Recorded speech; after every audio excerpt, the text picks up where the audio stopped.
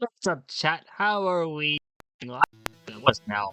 Third episode, I guess, of CK201 College Mario Kart Recap Show. We actually got stuff to recap for once, instead of just doing NRC updates as well as CKL like projections and was just discussion like before the season. We actually have time to talk about stuff that happened this week in the world of College Mario Kart.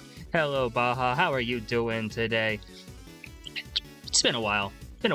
Getting to do this, like, just the recap stuff. Like, I had the seeding stream, was it like almost a week, a little over a week ago now, which was fun as heck. Hit like 60 viewers. We peaked at like the second largest Mario Kart channel on Twitch at one point, which is really cool. Really happy for that. Thank you guys, everyone, for the support there. At 137 followers now. I forgot how many subs we're at. We're at 5 subs. That's more than we ever get normally, so always appreciate it, guys. Love the support, love that. But now, it's just talking college Mario Kart stuff here. I got pinged somewhere, and I feel like I should be checking my pings. Oh, that's funny, actually. Other college league pinged me. Is it just announcements? Oh my god, are they doing a... That is ironic, okay. State of College Splatoon is happening at the same time as the stream. Not intentional whatsoever, but it's whatever, it's whatever. Okay, so what do we got today? NRC updates, a big CKO recap, and that's not even all of CKO week 1, and then just talking about some early discussions. You're watching both right now, Riffy? Tell me what's happening, because I'm actually really curious. DRF DM'd me like this. I woke up to a DRF DM of all things, which is kind of funny. But see, it's really cool having like, oh look, college Mario Kart stuff going on now, whatever. So, let's go. Let's get into it now anyway. So, one thing I did want to mention is that, especially when we get to the CKL stuff for the recap, I'm probably not going to be analyzing every single game that happened, especially when the season is in full swing and everyone actually gets their matches in. That's possibly like 48 matches I'm covering in 1 week, and we're about to reach a point where any more than that's really stretching me out, so gotta get some stuff done. We'll talk about like the biggest ones, but the biggest matches from each week, go into like projections and like stuff for the next. But right now, we're gonna kick it off with some NRC stuff. Their regular season basically just ended, at least for free for all. The 4th season just started recently as well. Not this past week, but the week before. So you have a bit of like stuff happening there, and we really appreciate all the stuff happening in NRC because, geez, if you looked at some of the seedings for CKL, a lot of that actually did come from NRC, believe it or not. Just seeing certain results there and like really helpful. So let's take a dive into NRC results. And here's go. We're gonna start off with a really quick one here. So D1 East for week 5 technical wins with a score of 133. Moving on into D3 East from the next week, Jay coming out on top here with the 126 over Unknown and Fresh, respectively.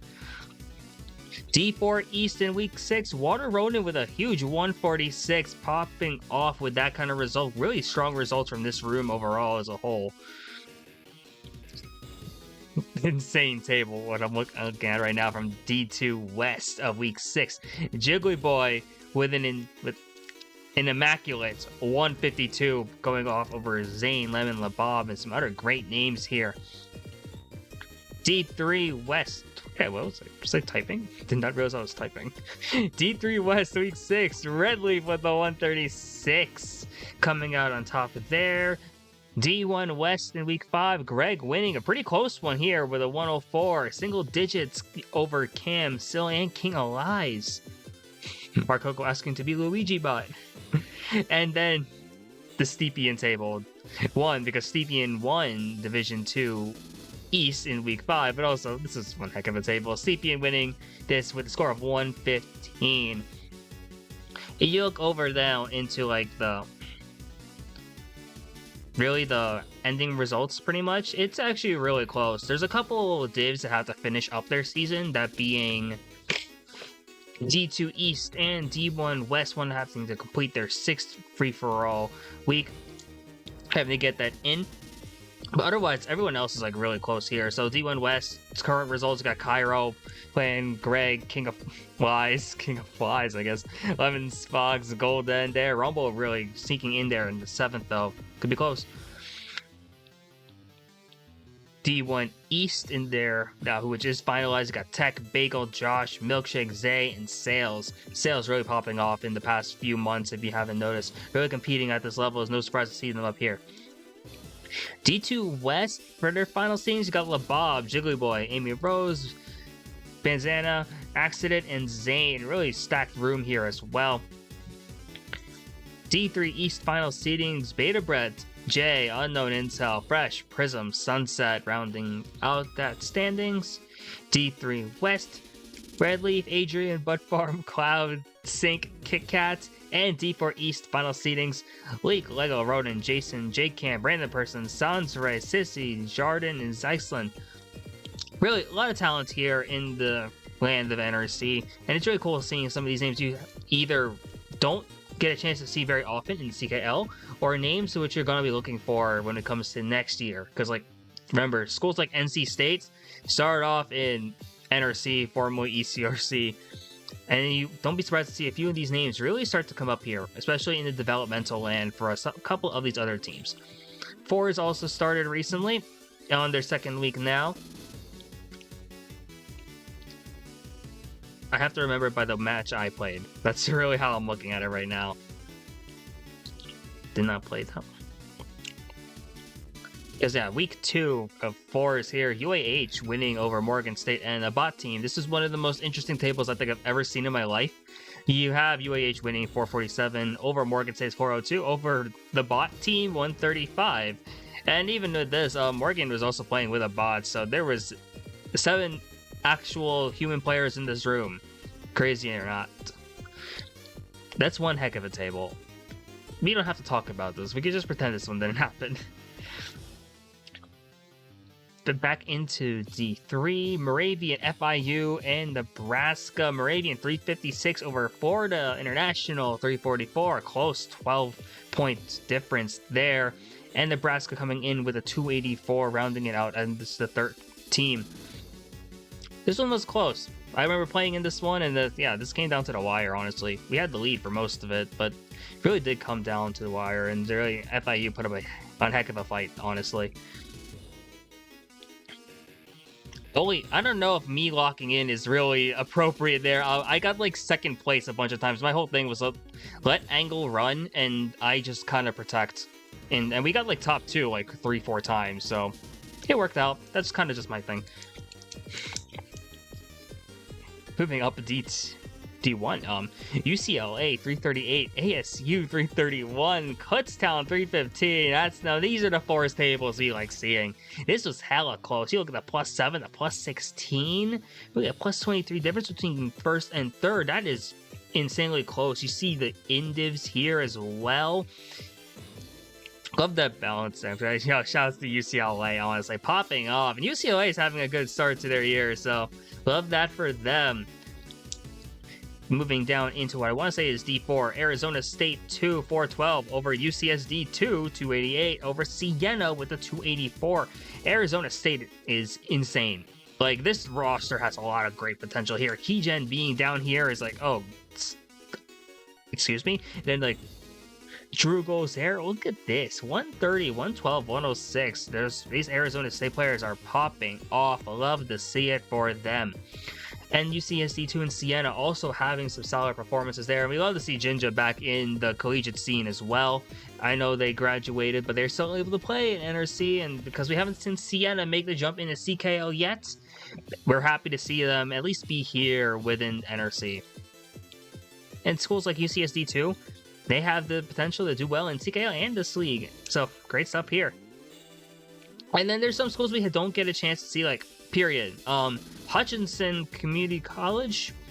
Yeah, Hutchinson Community College. You got Adrian Redleaf Sync Dakota 337 over Maryland 327. That's a good Maryland roster as well. Hello, Bob. How are we doing here? And then Morgan State 2 with a 320. A lot of 2nd teams here, but Hutchinson That's a name I'm going to be interested to see. If they make the jump over to CKL, if you see any of these players make the jump into the non-collegiate scene, I think that would be pretty fun to see. Okay, we got 3 more tails before I eventually go into the big CKL dump. Alabama 350 over NC State 332 over Tennessee 302. Relatively close here as well, plus 18 between Bama and NC State. Brad being one of those players that's really popping off and really one of my names I'm looking out for this season, both in CKL and NRC. Same with Sales, of course. NC State also one of those teams which just has a lot of great potential, I think, and some of those names, really excited to see what they do in NRC in particular, because you see this roster and there's not really a sound weakness when it comes to them in NRC, and I think they're properly seated here as well, so it's gonna be good to see them at this point. From Tennessee, Ghost and Jay Guzzi, that's such a solid duo. Panda's doing well now too, and Cisco coming in, rounding out that squad. This is a team that really is solid overall. I'm excited to see what Tennessee does rest of the way in NRC 4s. Oklahoma City Community College here with a 388 over Arizona State as well.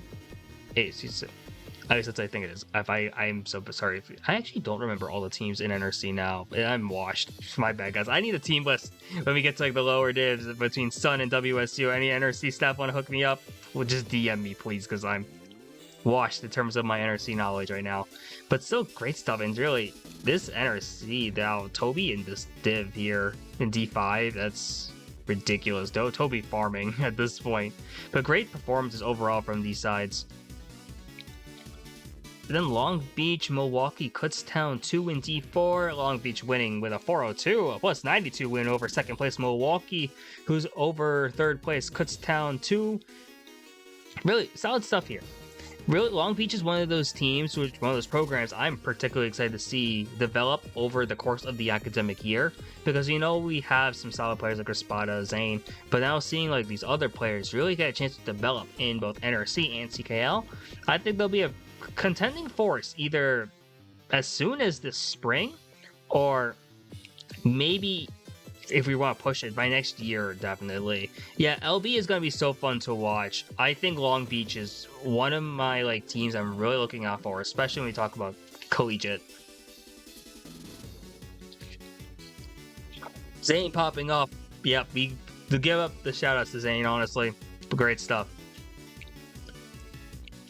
So, yeah, okay, that's the NRC bulk update there. Had just the quick things pretty much. I know that the free-for-alls are going into a bye week at this point, with the exception of D2 East and D1 West, I think it is. You want to see LB and UCS D2 and CKL D4 files? Fishy then responding out rude. Beyond bias here, yeah, there's some clear California bias there, but hey, I don't blame you. I don't blame you. Oh, we got the UCSD UA chatter. We love to see that. We love to see that. Okay, now as I prep for the next one, going back over to the main screen. By the way, that HelloFresh ad is ending today, I think, so. I think the next one's Factor 7, Factor 8 of the other meal prep ads, so you're gonna get that. Anyway, so as I mentioned before earlier in stream, it's gonna be much harder to talk about every single CKL matchup getting completely in depth now, because we have 6 divs. It's 48 matches at most a week. We don't have 48 this week, thankfully, but thank you to my handy dandy notebook. We're just gonna go through all the scores that happened here in the first week of CKL. Totally should be using this for work purposes and not streaming, but oh well. Anyways, let's go. Kicking it off with D1, University of California San Diego beats University of Northern Iowa 555 to 429. FIU beats Kutztown 521 to 463. Waterloo beats FIU 519 to 465.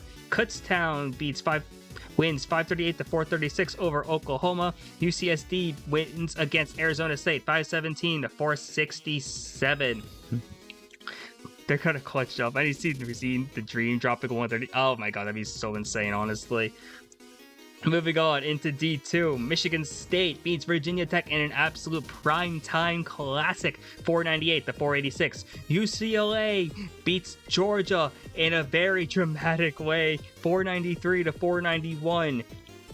UWO beats Michigan State 524 to 460. Maryland beats UWO 520 to 464. UCLA and Alabama both beat Morgan State by forfeit, meaning it's a 150-0 result. Georgia beating Alabama 561 to 423. Maryland beating Virginia Tech 537 to 447. Over in D3 land, we got Rochester beating New Mexico 574 to 410. NC State beating UAH 616 to 368. Nebraska beats West Georgia 552 to 432. Great Plains 499 over Tennessee 485. NC State beats RIT 534 to 450. UAH beats New Mexico 516 to 468. Tennessee beats West Georgia by forfeit. And Nebraska beats Great Plains 566 to 418. D4, D5, and D6 had much less results, thankfully, but we'll talk about why later. Florida beats Iona 560 to 424. Trenton Clown College, otherwise known as UCSD2, beats Iona 503 to 481.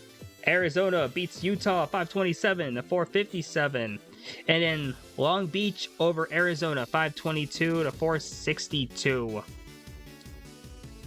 Golden Mates, yeah, that's what I feel like, yeah. My bad. Yeah, you can tell it's like it's one of those teams like, okay, it's not just a college. I can't just say the college because it's a mixed team. Very happy that we see that Northern Alabama and Georgia Tech are both represented, but like, dang, would have made my life so much easier. UCSD2? Why did we put them in there? Because they have in the name. That is true. D5, UTSA, the Roadrunners beating Arizona State 522 to 462. Eastern Kentucky putting up some great results this week with 526 to 453 over the Vandals at Idaho. EKU also beating Kutztown Inside Lane 529 to 455. Kutztown Inside Lane beating Arizona State 514 to 470. And then the Roadrunners once again 567 over Milwaukee 417. Stay out of this misery, oh my gosh. And then D6, Buena Vista 567 over Coe College 417. Auburn beats Hendrix 638 to 346, and Buena Vista beats Hendrix also 651 to 333. That's enough for that notebook today. But okay. A lot of interesting matchups happened over this past week, and we'll get a chance to talk about them now, pretty much. So let's kick it off, get a dive into what I want to do with D1. As I don't want to reveal the div chat. Almost did that. Oops.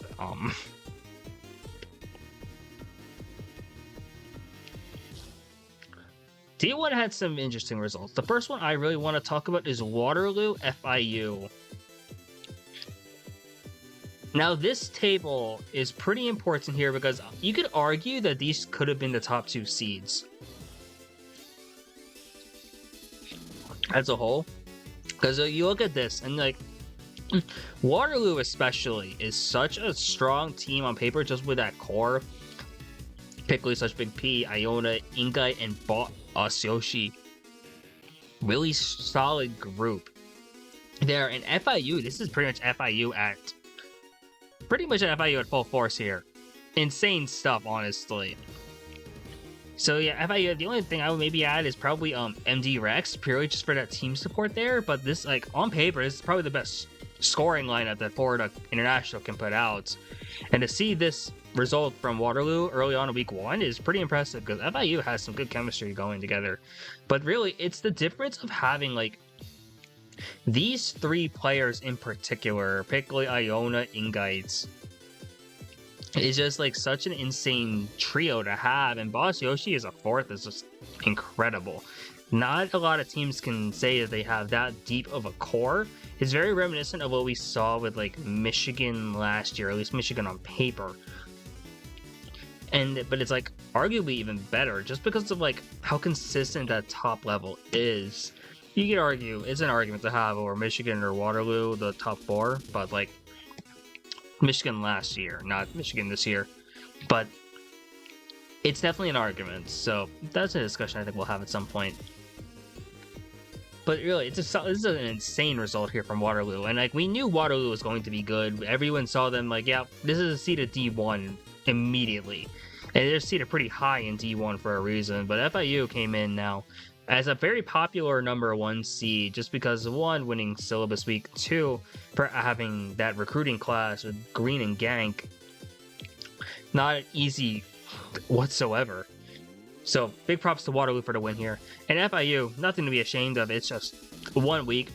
You never know what happens. They're going to rematch again the end of the season, end of the regular season, as well as maybe a potential playoff matchup, which would be really cool to see. So nothing wrong here for FIU. Something to build off of. And I know this team's going to respond well. It's FIU's first regular season loss since what? No, FIU's first regular season loss since fall 2023. So crazy. Then Waterloo still doing great stuff. Iona, yeah, Iona's about to have like a legendary career in CKL after winning with Ontario United, and now doing well with Waterloo. Let's see what happens.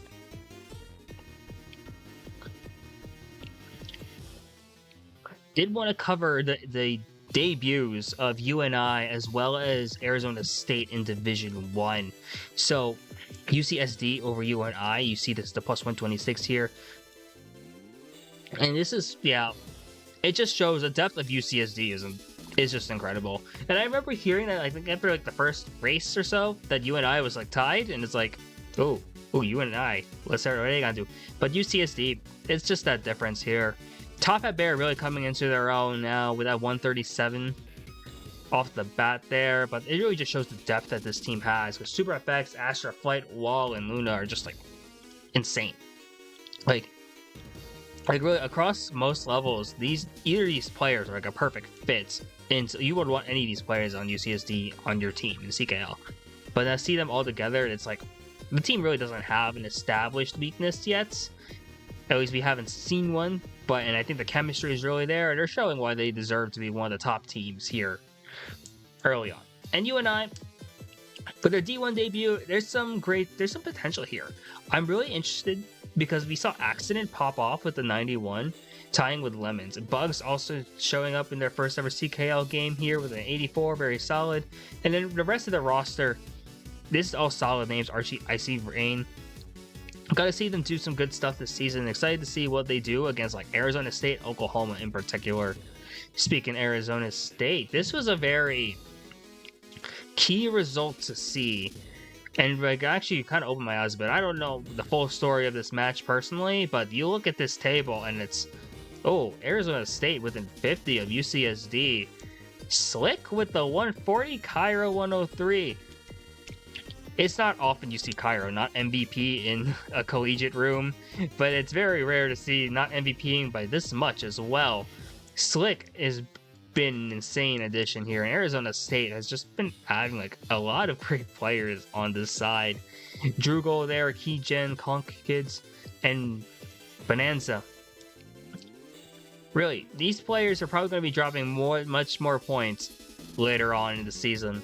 So Arizona State is shaping up to be a very scary program in the future. Yeah, exactly. I'm thinking Bonanza is one of those bounce back kids here. It's like impossible to break their tops. Yeah, I would imagine like this front running presence here is incredible. And UCSD wins out on depth like once again. I remember seeing someone's might have been Top Hat argue like, oh, the Oklahoma special is basically just the UCSD special now, and you could argue that.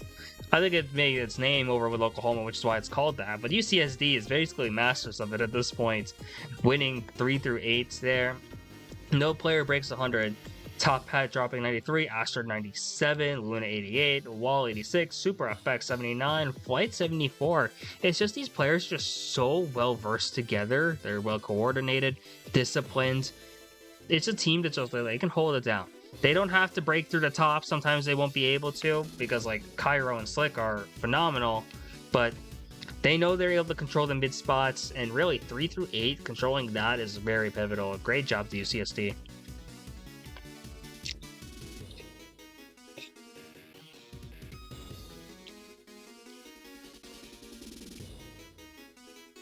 I know I said I wasn't going to review every single match, but if we're at the rate we're going, we might. So we might not in D2 and 3 because that was every single match was played, but we will probably with D1, 4, 5, 6.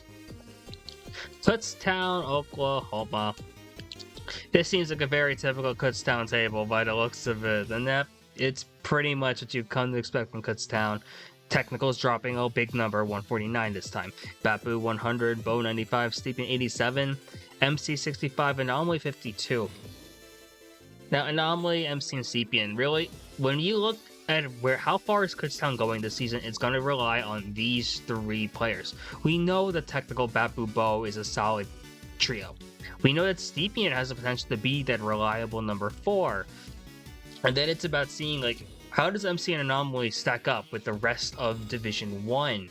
You know, Anomaly's really improved in the past few months. You see him playing with MK College a lot, too. MC is a land grinder as well.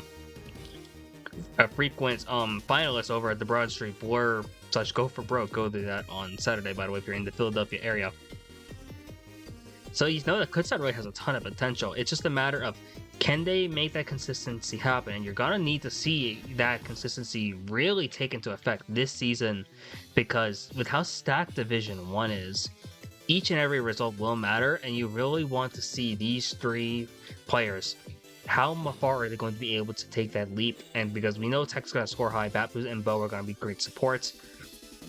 We're waiting on that like guaranteed 4th or 5th piece to really just take shape, and Kutztown's really strong. And Oklahoma, we know the story here as well regarding this team. It's still solid results overall, though, and I think they're still a very solid foundational team here in D1. You know that Golden, Rhino, and Rumble are going to have a great season so far. That big Brown Boy coming in, as well as Dutch and Smiley also playing. So we don't have Taika here. JWT is obviously really more of a sub at this point, but Oklahoma is still a very solid team. Can expect them to see them bounce back, especially looking at their schedule. Maybe they'll have something coming up for them. And the last one, this was a very interesting table as well. Florida International, my apologies, against Kutztown. Because you really do see like a very strong matchup at the front in the top spots between Green and Tech. Shout out to Babu instead of Babu. But really, it's a really strong result from FIU. This is actually, when you think of what FIU is capable of this season, this is what you're expecting. Green and Gank are going to score high, and Milkshake is going to be that amazing 2nd/3rd option, who's really going to come into their own later on in this season. And Tech, Dragon, and Nick all coming in, filling their roles here on this team, and really supporting the FIU masterclass here. And it was only a plus 58 win.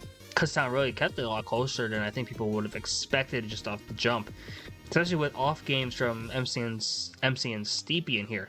Tech with 107, Bo 104. It was a great result from Bo's end. And Bapu with a 99. 3 players basically almost hitting 100 there. And then it just comes a matter of the back 3, who's able to really maximize their effects there. And FIU's chemistry just coming through here, especially being able to support their tops. These three like role players, for lack of a better word, are just really solid pieces over to this team.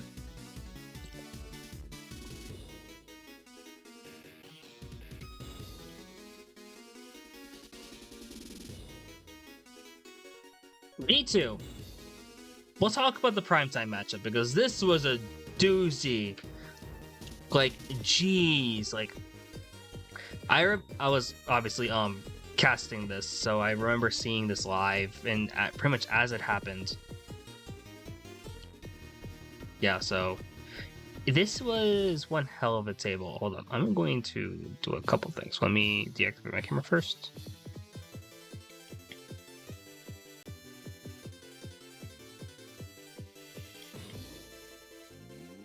Yeah, so this was insane to watch because Michigan State was up by at least like 40 by like the halfway point, and then no, Virginia Tech was up by like over 40 and going into the halfway point, and then Michigan State just claws their way back with a few short wins, and then really by the last few races they're like, oh Oh, it's close. It's really close. Bringing it to single digits going into the last race.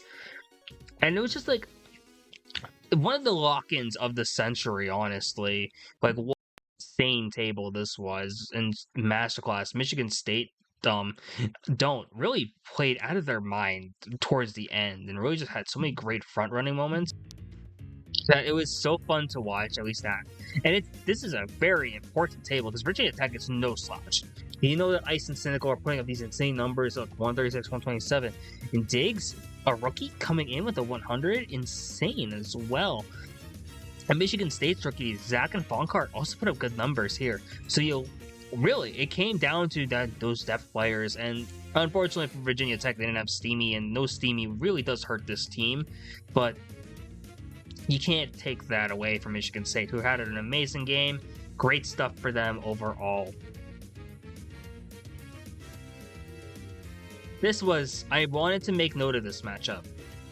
Georgia is scary.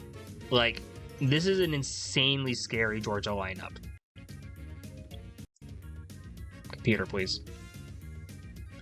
But I'm looking at this Georgia lineup now, and it's really just a matter of what is this team capable of with 6 players? Like, that's crazy to think about. Like, I was one of those people who looked at Georgia and like, okay, no Spoon really does hurt this team. And I knew Taka was good. Taka's like silver and lounge. It put up great results at some points in scrims, but it's a matter of like, are they going to be able to fill in that void that Spoon really left? Like, the Spoon offered so much more than just the points. But it really is that glue person for this team, and between this entire team, they're able to fill that role pretty nicely. Georgia seated below 2 is insane. Yeah, this table proves that pretty much here, because like, this is an insane result in a 5v6, and UCLA is no slouch either, because they look at Joy, Sil, Timmons, Blenny, Sorin, Annie. Like, great results here, and they barely clutched out a win over Georgia. And Georgia's just out of their mind right now. I think that really just comes to the grind that UGA has put up here. Ray, in particular, was one of those names that I remember seeing in, like, the start of, like, February. And I'm like, this player is probably going to be someone you're going to want to watch out for. And, man, it blew my expectations out of the water just coming in. Insane grind and being one of the top players, in my opinion, of this division. So, Georgia's scary. UCLA in a win, this was a very important win on their end too. So love to see this result because UCLA's had a good start to this season already, it seems. Yeah, UCLA is 2-0. Granted, one of them is a forfeit win, but like still, to be 2-0, that's no slouch here. You're not complaining being 2-0. Like, let's see. Let's take a quick look into like the standings actually for each, because we'll take D1 because I missed D1 earlier. And it's fun. It's fun because, like, okay, not every matchup has happened yet. Michigan has yet to play a game this season yet, which if that happens, reschedules need to be there. Hoping to see those results come in soon because I think I'm really interested to see what happens here. Waterloo still yet to play a game. They play Oklahoma. I want to say it's Friday. This Friday. I don't know if it's going on primetime or not, but I know there was consideration for it. If we do get a primetime with Waterloo, Oklahoma, that'd be fun to watch. We'll try to tune in for that because I think that one's going to be a good matchup. UCSD, the 2-0, this was expected here. They'll play Michigan this week, which is very exciting to watch. And Michigan playing ASU UNI. There's a chance that by the time UCSD and Michigan play, these teams will be both 2-0 playing for top of the conference after the first wave of conference matchups. And meanwhile, up here in Conference A, Waterloo and Oklahoma both really looking for a big win here. Waterloo going 2-0 after the first week would be crucial for them. They play They play Kutztown this week. Pretty sure. FIU playing Oklahoma. Yeah, FIU plays Oklahoma this week. So, great matchups here. really a lot of implications there, and then we go into the interconference stuff, so that's gonna be fun to watch. And then the wildcard standings are gonna shake up like crazy once we actually get those interconference matchups going in from week 2, 3, 4. So we'll get a look into that later on. Taking a look at the Indivs chart from D1. You look at Slick, like Slick with the 140 tech, the 128. Okay, I can barely see it on my screen. I hope you guys can see it. Yeah, tech with 128. Pickleaf is one of those big names. Like, oh wow, we're really contending so far. Green, we expect to be up here. Iona's been doing great. Top Hat, Ingai, Cairo, Bafu, Bo. A lot of great names are really up in the tops here of the Indivs early on. So the scoring race is going to be fun. I don't know if Slick is going to be on 140 pace the entire season, but could you imagine if, like, Slick actually ends up being, like, the #1 option here on Arizona State? That would be insane. Like, we didn't do fantasy this season, but like, anyone who would have drafted Slick, you would have been in heaven there after that first week. Yo, Short, how are we doing? Oh, we're talking D1 right now. I am waiting on the Michigan matchups to eventually happen because that's going to be great. Oh, hello, Fate. How are we doing here, guys? Yeah, I'm about to touch up on D2 Maryland coming up. So great timing for you, Fate. Meanwhile, yeah. So yeah, whenever Michigan gets their matches in, Michigan and UCSD. Oh man, this match is gonna be so fun. Waiting for that. If we can get that streamed, clutch. D2. I gotta delete this. Gotta go for broke, by the way, if you're in the Philadelphia, Mid-Atlantic, wherever region, though. One of the matchups I really wanted to talk about was, I really wanted to look at UWO and Maryland, really pretty much at the same time here, so. This Sunday, oh, let's go. Let's go. Excited to see that overall. My camera's being weird, but okay.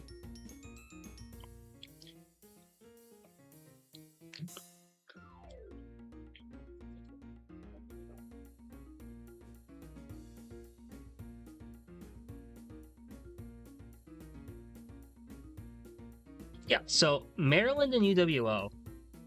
Primetime next Wednesday? Oh, okay, so if it's primetime next Wednesday, I am cutting stream before that, then, or I guess I may be hosting the pregame show. We'll see what time. We'll see whatever time it is, and then, yeah. But that'd be fun to have it go from this into that. Wow, that'd be insane. Maryland UWO is such a fun matchup because we actually get to see Fate versus Domi, and Domi, after we saw what we saw in D4 last year, we expected some great results here, and especially because this UWO team has a lot more depth than they did back then. Eugene, Ironcraft in particular, really stepping up, and Eugene especially with that 111, massive. But I was always a big proponent of Maryland's depth. Because, like, on paper, Maryland is a team with a lot of experience, really, whether that be, like, when they're in their own collegiate lands, as well as multiple of those players having, like, experience in the MKC world, playing on different teams, like, playing in the North Star family of teams, as well as the MKW family there, so, and Fate, obviously, playing for GB. So seeing Fate drop a 144, we expect that. That's like what we think Fate is going to do. That's how you game plan here. But to also have to tackle Shamchiz, Luffy, Sneaky, B-Barrel, instead of B-Barrel, I guess, and it's these are the players who you are really having to watch out for, I think. Because if you leave these players unchecked, they are going to run away, which is going to be a nightmare for, like, most teams in, like, the middle divisions here, or the part of, like, this part of the div.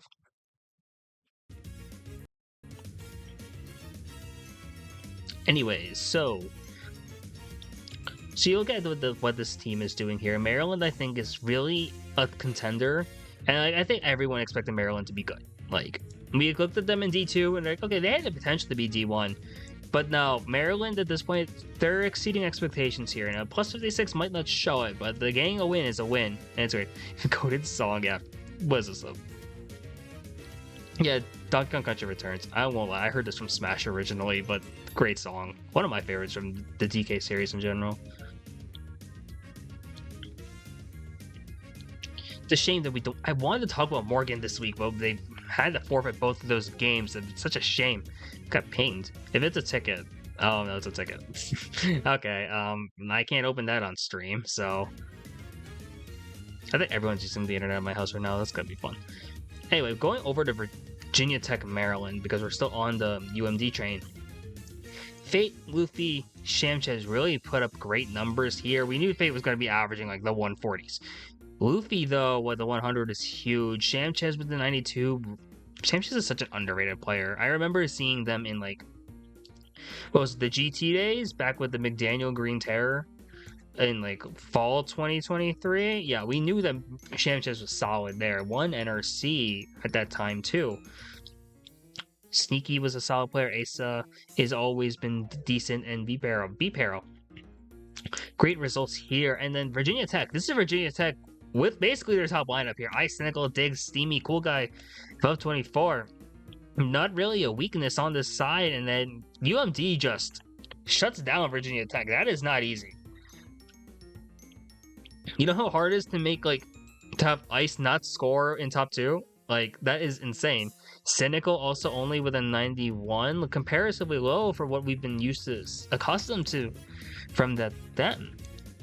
But really, Maryland as a whole is such a strong team with a lot of depth, and I think in the D2 they are poised to do incredibly well. So, very happy for them. Very happy.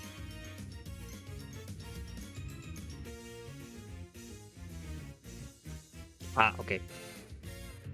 Oh yeah, the ticket stuff is actually just it's all like rudimentary, just easy stuff, so thankfully. I thought I was gonna open up the ticket and see like, oh, we need to do something actually crazy here, and I'm like, thankfully, no.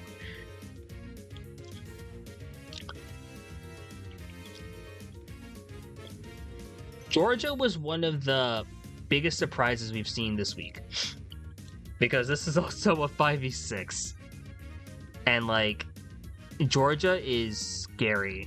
This is not a joke. Georgia is good. Georgia is insanely good this season. Ray with the 137, Taka with the 119, Dynamo 108, Luxus on 105. You just had 4 members of your team drop 100, and you win with a bot. And not only do you win, but this is a big win against Alabama, Division II champion from last season. Yes, there's no Jay on this side of Alabama this week, but like, this isn't a win. This isn't just a normal win. Jay doesn't make up a 138 difference, as good as Jay is.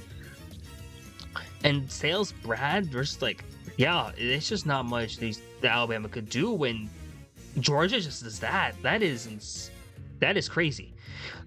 I'm excited to eventually get into like week 3, because I think that's when Georgia Maryland plays, and I think we need to see that matchup, period. Georgia Alabama was the matchup we were considering doing on primetime. It's just a matter of like those teams weren't able to gather for the allotted time that was poised on Saturday night. So that was just unfortunate. But dang, we could have seen this Georgia masterclass here. And Alabama is still poised to do very well this season. They went 1-1 this week because of their forfeit win against Morgan. But Georgia is one of the big surprises right now. And I can't believe we're saying that, as if Georgia was an underrated team. But it feels like they were underrated. And I take full responsibility for helping to underrate Georgia, of all things.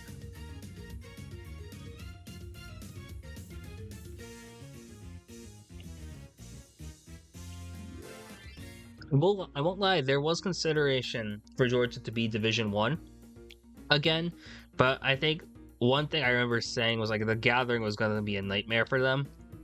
So D2 is probably going to be safer, and who knows, maybe they would have put up a fight in D1 even in a 5v6. That team is scary. Let's look forward to see what they do the rest of the week. And the last table from who we haven't gone over, I think, is UWL Michigan State. So we knew that Michigan State was solid overall. Don't plays well. Nova's good. Astro does solid. Adler, Templar, Zach, all solid names here. But at UWL, clutches it out here. 64 win. Domi doing what Domi does with the 144. Ironcraft with the 114. Hugie 93. Emoji 75. Boss 56. Asian 42. These players are all solid. And UWO is just way deeper than they had any right to be. And like, I think UWO is just one of those teams I'm looking forward to a lot this season. Because we looked at how they are. They beat Michigan State. They lost to Maryland, but Maryland is also just on another level. And even then, UWL was fairly close against Maryland, all things considered. That rematch might be something to really look forward to in the next season. So, okay. Moving on into some D3 action.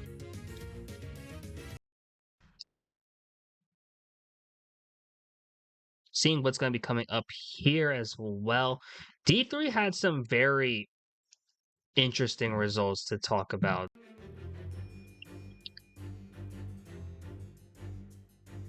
One of the biggest stories from D3 was Rochester. RIT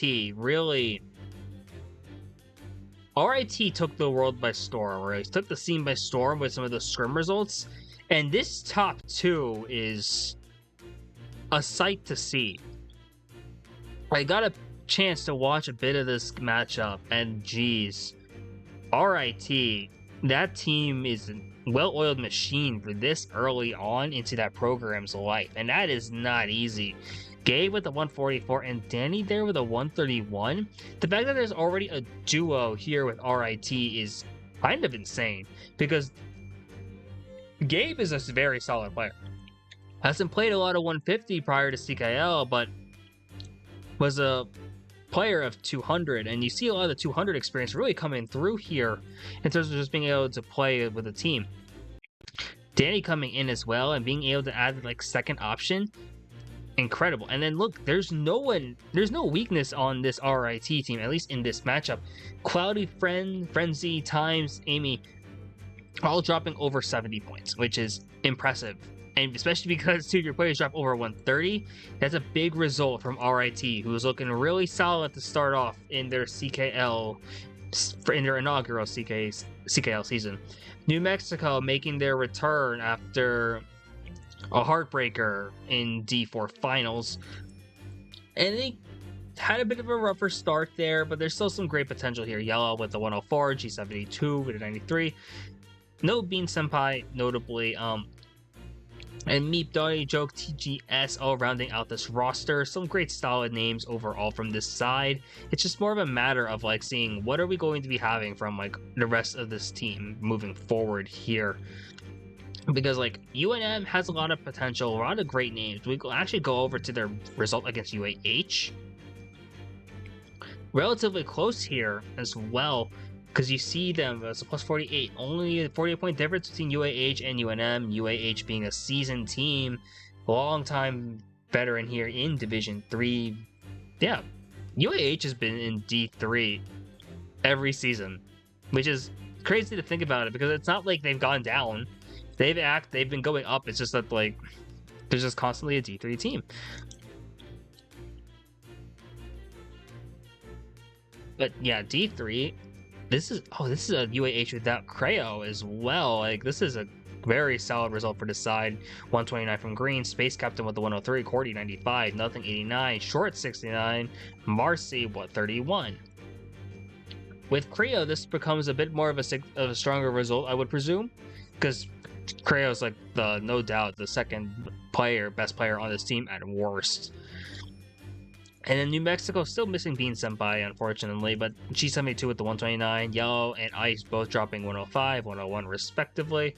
And then it's just seeing these newer players, I think, come in. Donnie, I think, was there last season. Joke and Meep, I think, didn't play as much or weren't on the team last season. So it's more of a development for them, and really seeing UNM get back in the groove of 6v6. Because as far as I know, they've done like squad queues, and all that, but none of these players play like outside of collegiate. Nor do they like scrim that often, I think. So very good team, very strong team in terms of fundamentals. It's more of a matter of how much are they going to improve over the course of the season, especially because they're kind of coming in slightly rustier compared to the rest of the teams in this division. UAH though, we can't lie, had a rough result against NC State. This was a table. Granted, once again, no Creo here for the side of UAH, but NC State wrote a what a result here. 160 from Lira.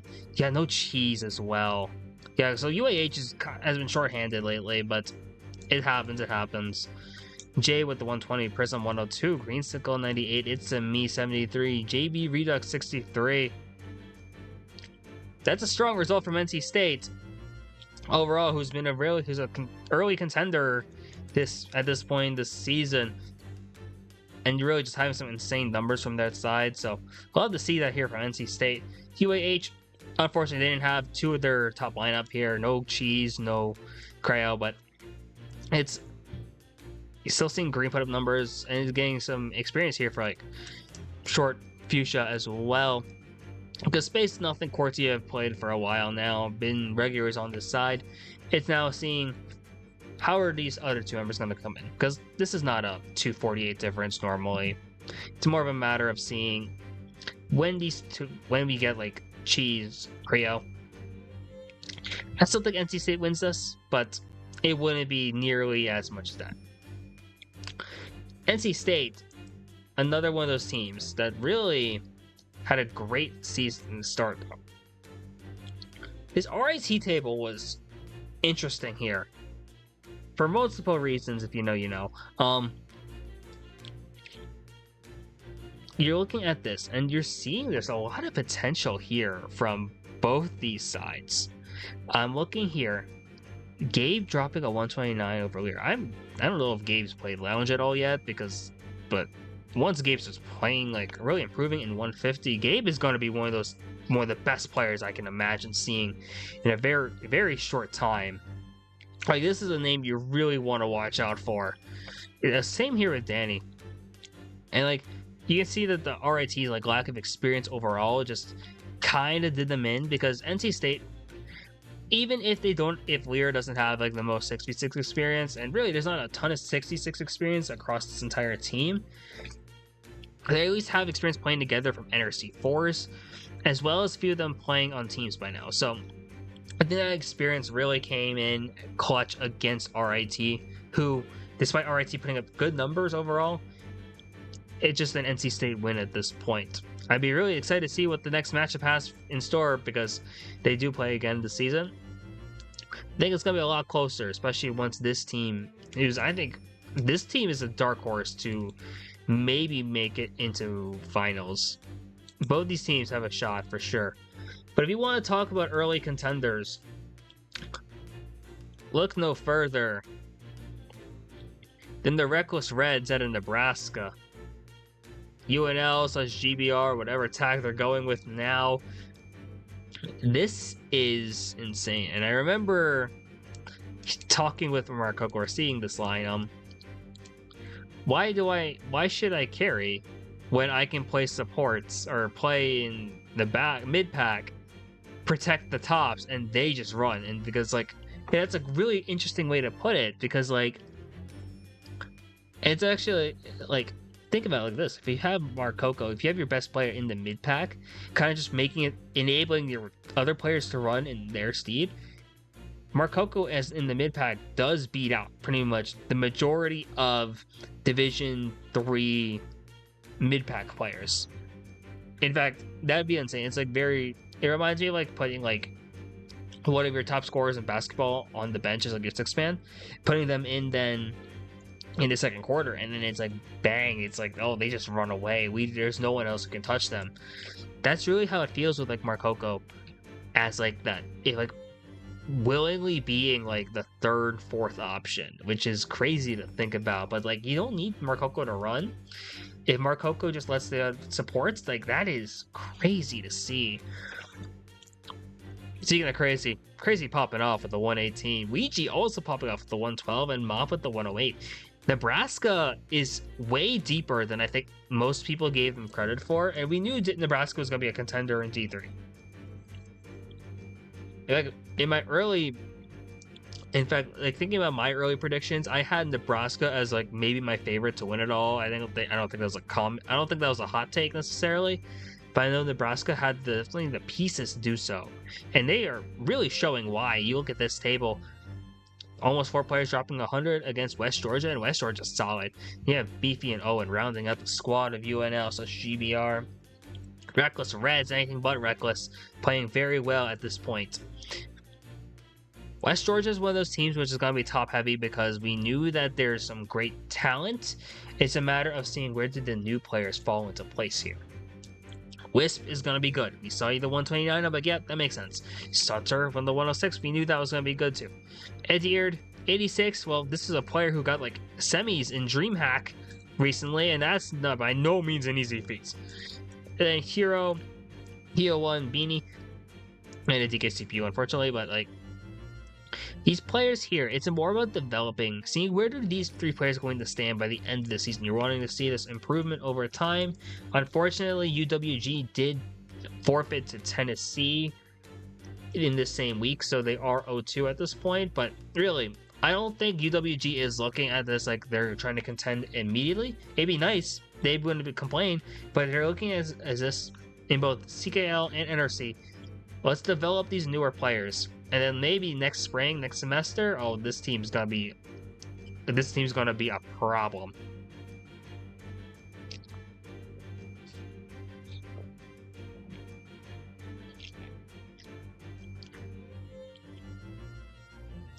Speaking of Nebraska, I love how it's GBR in the thread title and then UNL in the table. Beating Golden Mains. Golden Mains being the combination team. I wasn't sure how I wanted to put it. The hybrid team, I guess, between Georgia Tech and UNA. Big things here, and once again, it's like Nebraska. They found something that's really working for them. Granted, there was a bot for a race for GM and some newer players, but Nebraska has the pieces to do some good stuff here. Crazy, putting up insane numbers again, 127. Ouija, 116. Marcoca, 104, not needing to be the top of the end of the table. I love that there. Really letting Crazy do that work instead, and Ouija being the number 2. It is a scary top 3 here, especially with Mop being able to fit in that role as well. Nebraska's looking really good so far. They're up 2-0 in the season for a reason. Excited to see what they do really rest of the way. T-Bugs putting in some good work. Skelly, same thing. From GM, you got Brett doing well there with the 111, Air Hockey with the 108, and then Deester, Meow Rio, Seabaint, Element, and YTK, and PD Prana all filling out the rest of the table. We knew that Brett and Air Hockey were going to be some solid players. There's Abriel in this GM lineup as well. So not full strength GM, but I don't think a third here is going to make too much of a difference. I think Nebraska still wins. Interested to see what happens later on in the season, though. Room 3 FFA, wish you luck. Yo, let's go short. Good luck, my guy. Shouts to all the players doing lounge right now. If you have this in the background, like I appreciate you guys so much.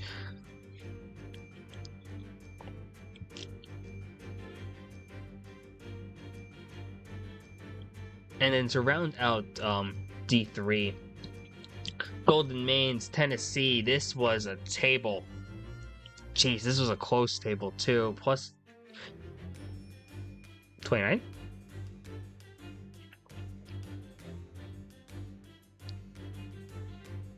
I'm looking at this table, trying to wonder where it's like, okay, there we go. Because I was like, that's something didn't seem right here.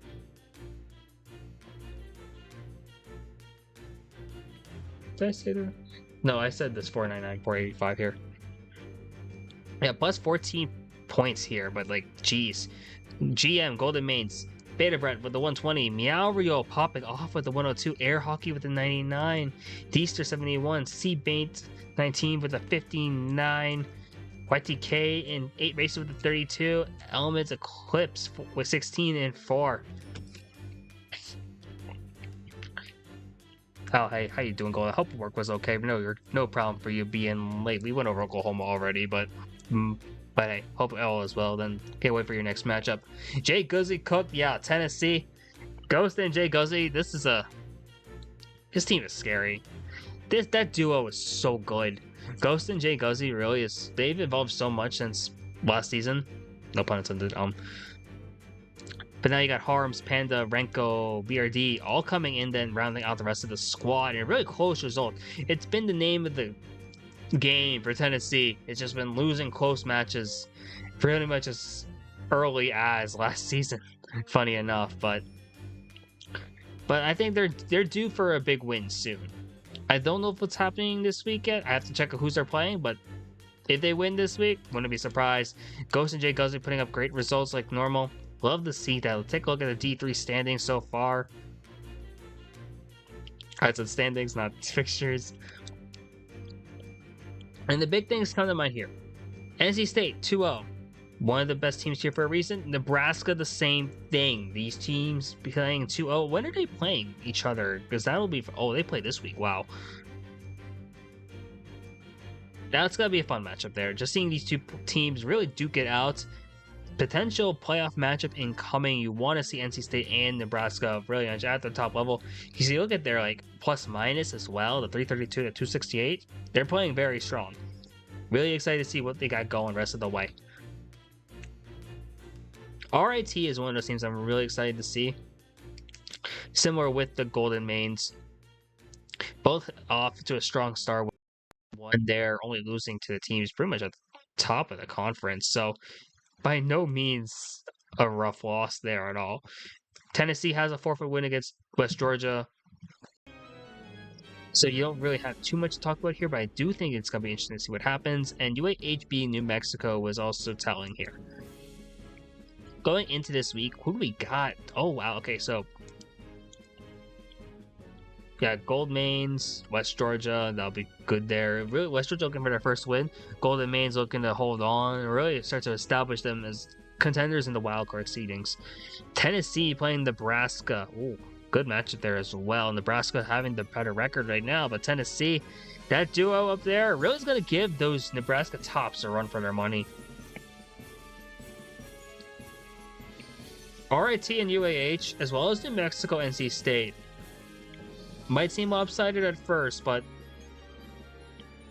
UAH's depth, especially with Cheese and Cryo potentially playing, that's going to be a matchup I'm really excited to see there. Now, LeBob has it right. Tennessee, Nebraska is going to feed families. I don't know if we're going to ever have the capability of having multiple matches streamed in a week. Just a realistic, I would want to see all of these matches. Geez, Tennessee, Nebraska is such a good matchup. I really want to see that. NC State, New Mexico, I think is also going to be really underrated. I think New Mexico is only going to get better as the season goes on once they get the rust off.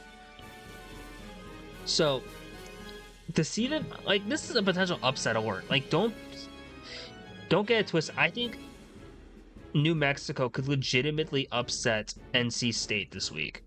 It's gonna be interesting to see. And we get into the interconference matches too. We talked about NC State, GBR. I think that's gotta be a phenomenal matchup.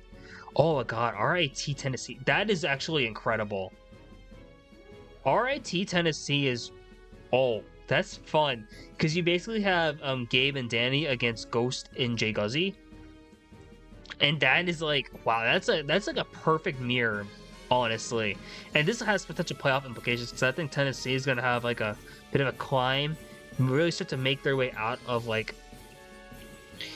1-1 and really have a good few weeks. So that one's going to be telling. UAH Golden Mains is going to be good as well, and New Mexico, West Georgia.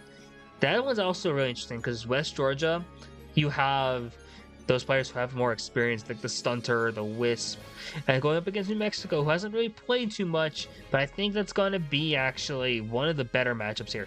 Yeah, this script, whatever happened with a D3 script, because this is incredible. You're going to have the last week of the season have some incredible matches, including, oh my god, we got Nebraska, Tennessee, or last match of the season, potentially. Amazing stuff. As well as, wow, Nebraska, Golden Mains again, rematch there. NC State, RIT, wow. This one might actually have conference implications, really. So D3 is too close to call. I definitely think Nebraska is one of the early contenders as well as NC State. But Tennessee, I think, is going to be really scary. I think they have a chance to really climb up.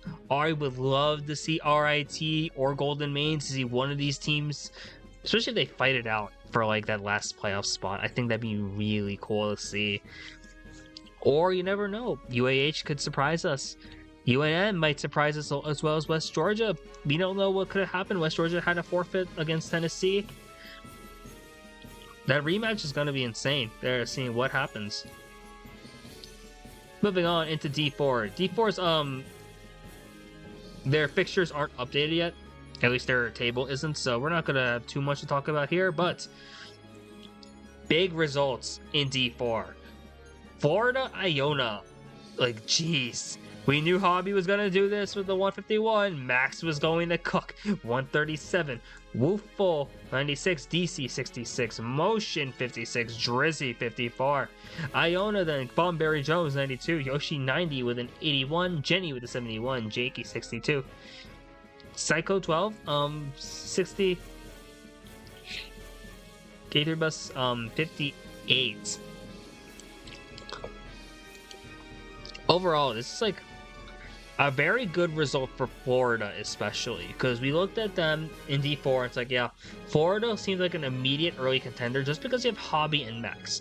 It was a matter of, are they going to gather? And if this holds, if they're going to continue to gather, I think Florida's going to be looking good because that 151 at 137, Max has improved so much since last season, especially.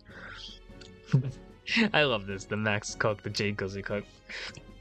Love that camaraderie from our community.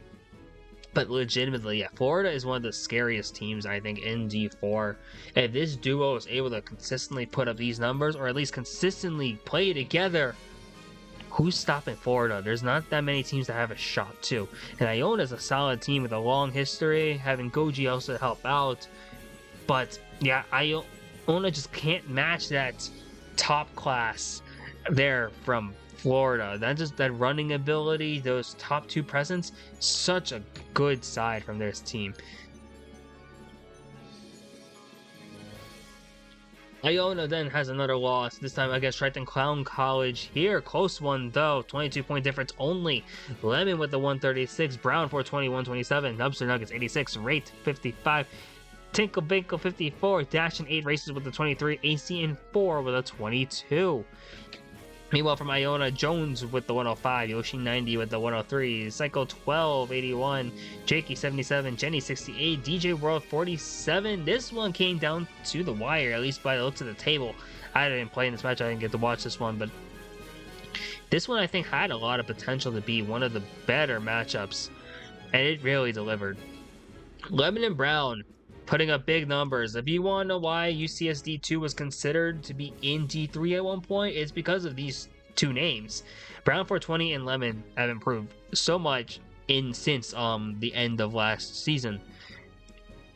And Nubster Nuggets is always a great name here as well, rounding out the 86. And then the rest of UCSD2, all solid performances there as well, really helping out with their team.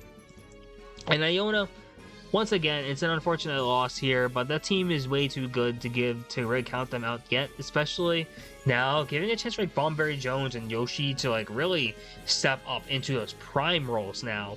I think that's gonna be really cool to see what happens with Iona now with no Goji, no Franken. You really get a chance to see now. How are these formerly 3 through 6 going to step up as now the new top 4? But overall, great result from TCC, UCSD2, playing well so far. We then move over to the Arizona matchups, Arizona Utah and then Arizona CSULB.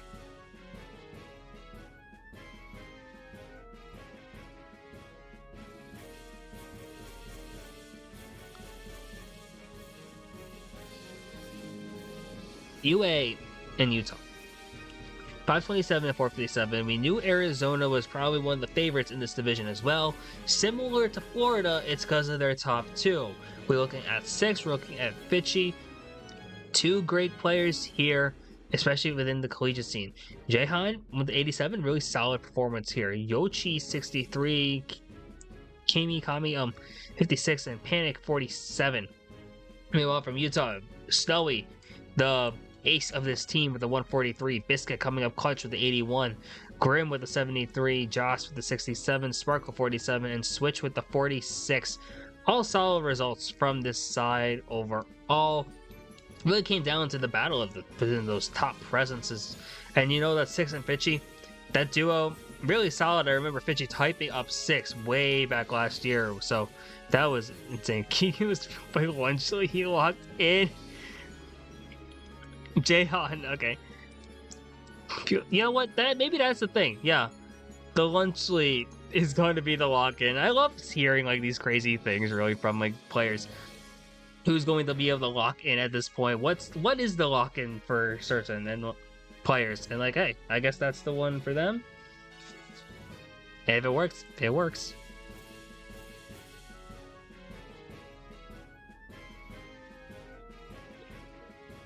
Still listening to new KSI song as well. Wow. She's trippy, bro. Oh my god. But yeah, overall, Arizona, very solid team in D4. We knew that they were going to be a team to watch out for. Six and Fitchy was such a solid duo, and you really like to see some of these newer names really step up. And I think that's the beauty of D4, D5, D6. You get to see these prospects really come up out of nowhere and then make a name for themselves.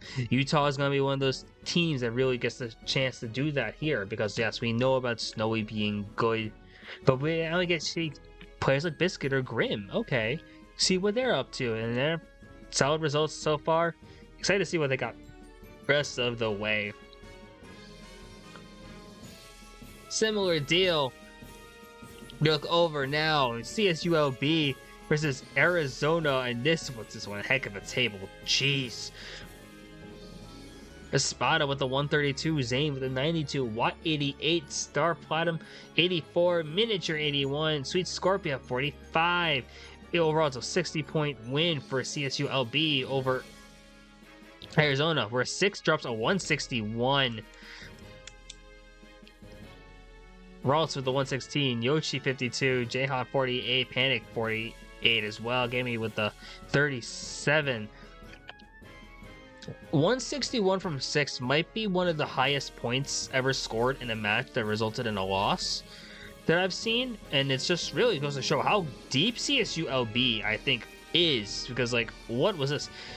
Pulling blue on lap 2 5 times and had the whole, wow. I won't lie to you, pulling blue on lap 2 5 times, having to hold it like that, like still dropping a 116, that's impressive. But yeah, I think the big thing here was, oh, and it's unfortunate actually thinking about it, because if you're holding blue, then yeah, it's harder for you to hold up in those like the mid-pack spots and fight up at the tops. Unfortunate there, kind of just leaving 6 all alone. Could have been a difference maker, honestly. That's a really unfortunate. But yeah, it's actually really impressive seeing CSULB with the results they're showing here. 5 players dropping over 80. Espada dropping 132. Okay, we kind of expected to see something like that. Zane with the 92, like we expected something like that. But Watt, Star Platinum, Miniature, all 81s and up. Impressive. Very impressive from this side with a team that was minimal experience, really, aside from their top 2. Love to see that from CSULB, and I want to know what's going to be going the rest of the way for them going into the season. And I don't know if we're going to be seeing this duo of 6 and Ralts, just 6 Ralt slash Fitchy, really just only resulting in like, oh, holding blue shell, but hopefully that's not the case and they're able to have Fitchy run up with 6, because like that duo is insane. Is on paper to be one of the best duos in D4. I'm trying to think of like who else is up there, and I have to check. I know this table isn't updated yet, but I'm looking at this more so to see like roster, and yeah, I think it's a battle of like duos. At least that's what D4 really feels like, because you have like Brown and Lemon here in UCSD2, Hobby Max, 6 Fitchy, Spot Zane, and then like FIU Gold is more so depth, Iona is more so depth, Michigan 2 is more so depth, and Utah it's Snowy, and then waiting to see who that second player really is going to be.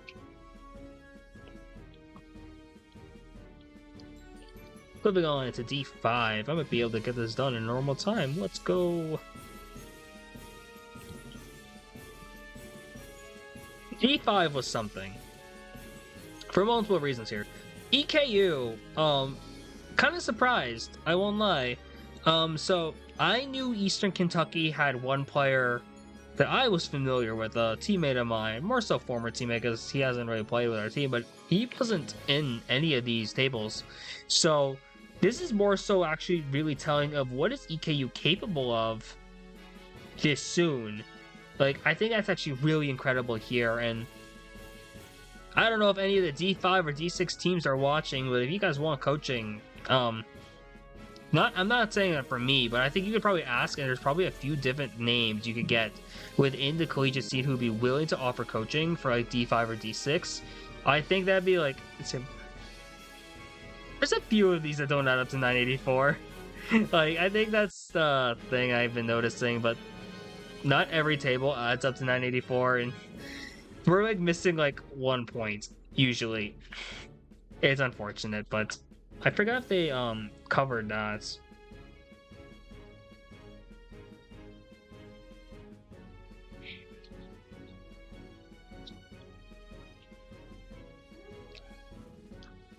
Anyways, EKU Mel with the 115, Foxfire 112, Capri 91, Spooshy 83, Keenan 71, Nihil 854, and UI Idaho AFK 104, Hood 100, Zephyr 84, Light 62, the Dare 53, Shasta 50. Yeah, at least this one's close. Like, if we remember that like won the CSUF table, that was a table. That was much more of a mess than this was, so. But yeah, at some point, I was talking to Todd Bear about this, but it's like, maybe next season, we'll get like a video made for like how to execute a 6v6 match, just because yes, we have it in the rule set, but I think we might need a video tutorial guide just to get things going. Also, that reminds players, keep screenshots between races, just so in the case of a disconnect, you know who, like, what points go where, how to make table should add up to 984, what to do with like sending FC, opening room, rules, like, you know, the gist of that. We'll get something going, especially for the newer teams, because like you look at D6 especially, and pretty much all those teams are brand new. I think that's gonna be something that'd be really helpful for those sides. But yeah, overall, some interesting results here. Mel and Foxfire immediately coming out to be one of those like names like, ooh, watch out for these. Are we gonna make it like one of those workplace safety videos? I would not be opposed to it. I think that's let's get some insight there. Let's get some input. Maybe we'll consider it. I did ask Ted Bear if we can make this happen. I'll have to ask him if he can do it like that too. Hey, if Rippy wants to act in it, I guess just ask Ted Bear. We'll maybe get something going. We'll see how that goes. Meanwhile, from UI, AFK and Hood immediately coming out to be one of those duos to watch for here. And like 73 seems like a lot at this point, but it really isn't too much. It's a matter really of these mid spots really just coming in, and the tops from EKU really running at this point. I really want to see a VOD if there's one. If anyone has recording of EKU UI, please send them my way. I'm really curious. EKU KIL. So 529 to 455.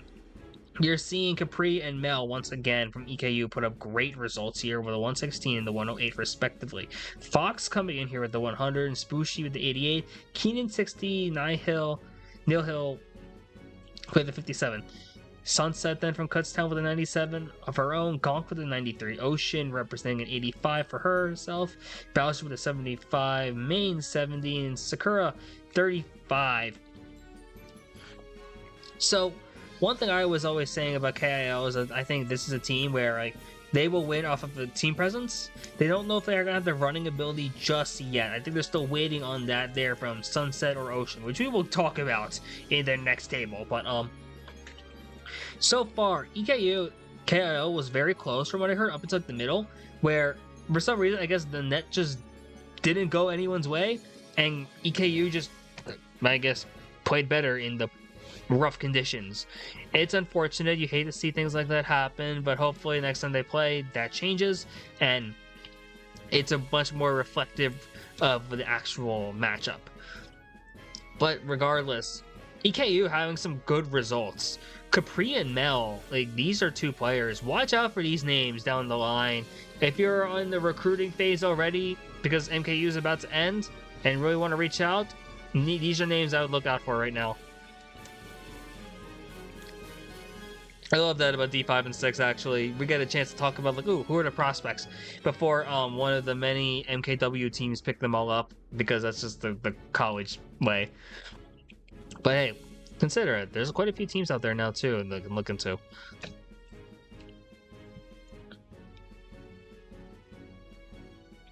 We'll go into the other Kutztown table. Kutztown inside lane against Arizona State 2. 514, the KIL, 470, ASU. We gotta talk about what the heck was this running performance from Sunset and Ocean, though. This top two was insane. Sunset with the 147, Ocean with the 120. These two women have just really showed amazing results here for KIL. Low main then with 83, Bowser Jr. 69, Gonk 61, Sakura 34. Have I met Bowser Jr.? I feel like I have. I'm trying to place a name to the face right now, and I'm almost certain I've seen them, but I could be wrong. That's my teammate. No, Sunset's popped off. Ocean also popped off. Like, those are two insane players there. Like, I've seen them firsthand within, like, the Philly scene at LANs, but, like, cool. I knew this was in them. I didn't know if it was gonna happen like this, though, because, oh, those two players popped off. Love that they're for KIL, but really, they kind of needed to. This is a close war. Also, we look at ASU, Mabel 95, Inferno 93, Void 5 with an 84, Brisk 78, Sidetrack 67, William 53. This result was close. 44 only? When a player drops 147 and 120? It's ironic because I felt like this point differential would be something close to what KIL would do, and ASU would have like the crazy front runner maybe. Maybe still the same result, but to see Sunset and Ocean have that kind of performance in them, you'll love to see that there. It is really telling for what's on the front line, and really how bright this future is for KIL. ASU, a lot of great stuff as well here. It's unfortunate I don't think Arizona State won a single matchup this week across their two teams, but sometimes that happens, but it's whatever here. They'll bounce back going into the next one. Mabel with the 95 and Inferno with the 93. These are two names I want to look for in the next table, which was against, I want to say it was UTSA, which was RRG, yeah. The Roadrunners. Another close result here, yeah, Inferno and Mabel playing well from ASU Inferno. Brisk also playing solid here. Void 5, William Sidetracks. Yeah, only a 60-point loss. 462 here for ASU Inferno. RRG, the Roadrunner Racers, with a 522. This is an insane front presence, though. Muffin Man 134, Unlucky Pro 112, Minik 103, Majinaki 90, Aname 45, Nioha 38. Jeez, the MVP considerations for Muffin Man or Unlucky Pro already, like, that's incredible. Love to see that from UTSA/RRG, especially when you look at the history of this team. The fact that we haven't really had a Texas team since Texas Unified back in the fall, and that didn't pan out very well. That crashed and burned, sadly, unfortunately. But love to see this now. Like, there's a vengeance here with RRG. Wondering how far this team is really going to be able to go this season, because that was an insane result here, and props to ASU Inferno for keeping it close, only a 60-point difference. But RRG, they kept it going with a result on Milwaukee, which I think will be the last table here for D5 for looking to the indivs. And the Panthers of Milwaukee, You knew that Shadow was going to put up these great results here. They're insane. And arguably, I think they're the best player in this division. 151. Royce with an 83. Nooper 58. Pesky 43. Blackout 33. And then Ambient 28 in 8 races. And Iggy 21 in 4. Milwaukee is really one of those teams where it's like, we're going to see what happens down the line for them. Because I think in the future, this is going to be a really scary team. It's more of a matter of how is this team going to do now, waiting for these players to develop. And there's some good coaching here. I think I heard that Mankalore and like Danny Fathom are coaching Milwaukee. It's kind of unfair, but like, hey, you do what you got to do. Get that coaching gigs going. And then UTSA/RRG, Muffin Man putting up numbers once again. Majinaki doing good too. Unlucky Pro, Fire Lion, Minik, Name, all solid players here. And that's a 150 win. Great stuff here from UTSA. You take a look at the D5 table.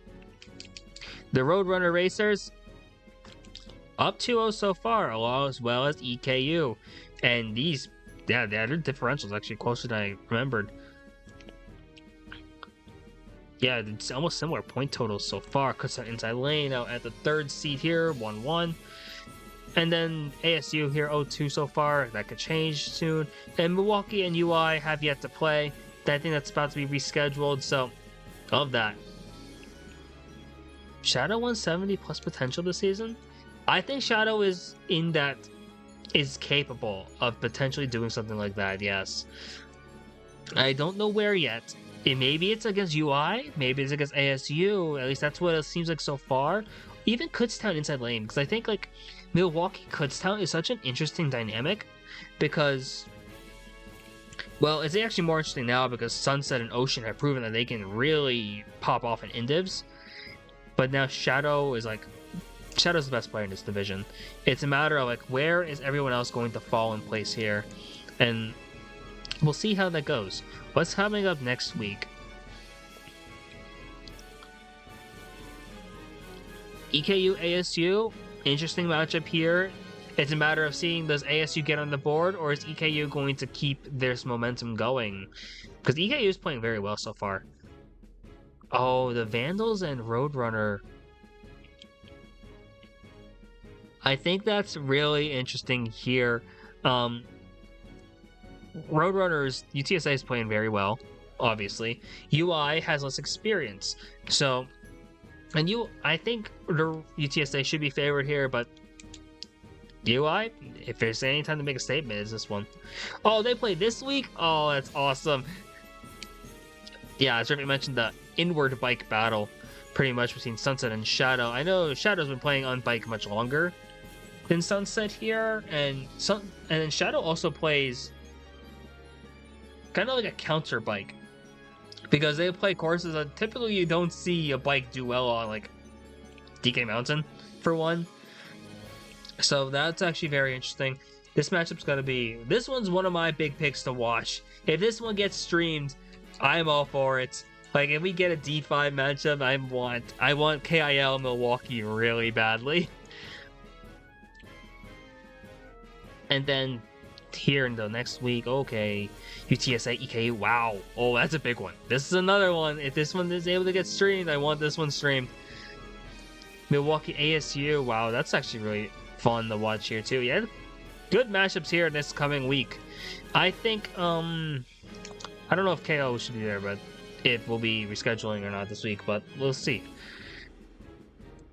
FIU 2 versus Utah, did that just happen?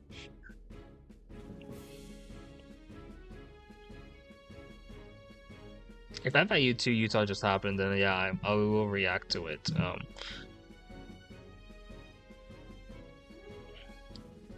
As long as it's like not a scrim, they're fine. I forget who's in charge of D6, but like we have co-college twice. I don't know if that was intentional or not, but it's happening right now. Oh, it's happening right now. Okay, maybe I can stall out for that. Gives me time to hope that the Mets make a comeback here. They should. It's Miracle Mets, it feels like. D6. D6 is interesting because 2 of these results were against Hendrix, and Buena Vista also got 2 of their matches in. Oh yeah, we'll ignore that. But yeah. My top 5 is D6. Okay, that's what I thought. Could we just change everyone's here to... So we have Bunkers Vista University. Clearly, not Buena Vista, Bunkers Vista. But hey, BVU! BVU has impressed. Like, this is a solid team so far. NC 122, Dead Zone 117, G4A 109, Parker 88, Joseph 72, Aubistar 59, then from Co College, Mort 122, Max 87, Dry Bowser Bot 59, San 54, Wolf 49, John 46. What's with the bots cooking this year? Like, even as far back as last year, we remember seeing the bot do well. Great stuff here. Overall from BVU, a lot of potential, and like we know that this esports program was solid. I remember they give out scholarships, I guess, for Mario Kart already. Like, wow, if they don't have a coach, like, that's crazy. This team is a lot of potential. I think someone's working with them already, but BVU is one of those teams where it's like, this is exciting. Do I have to want to play Lethal Cup? I got stuff to do. My bad. I would normally, but like, nah. Today I'm not able to. My apologies, And then Co College, Mort, Max. I think there's some potential here as well. With excited to see what they got going. Solid group over here though. Co College, I think I'm waiting to see more tables from them because I think there's some interesting things going on here that I think would be really fun to watch going forward. Unfortunately, go next. And then Hendrix College has 2 tables we're going to look at here. We'll first look at the one from Buena Vista. Buena Vista. Jeez.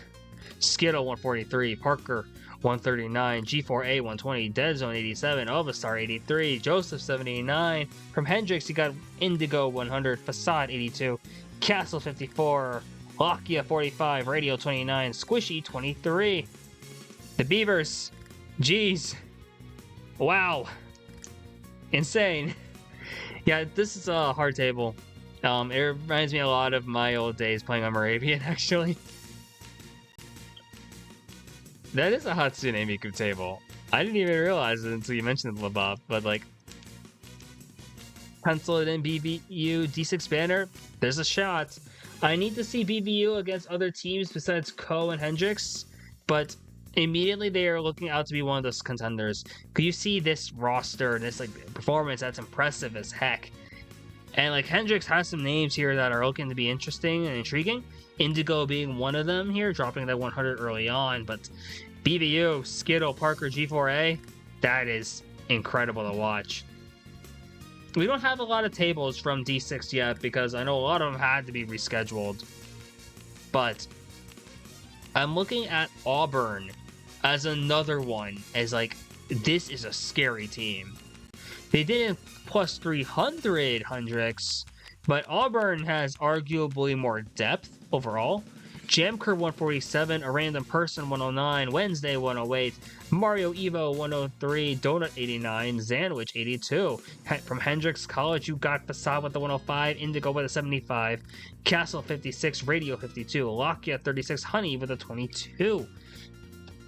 So, it's a matter of seeing how these teams are going to develop over the course of the season. Auburn is looking very strong, though, as well as Buena Vista. Hendrix is looking to be one of those teams that's going to need some more time to develop. I'm curious, does Hendrix have a coach? Because there's probably going to be someone here who's willing to help this team. Auburn, same thing. There's a lot of teams in Alabama right now between UAH and Bama. Like, imagine Solution goes to coach Auburn. You know how crazy that would be? That'd be a story. That'd be one heck of a story. That'd be weird to think about.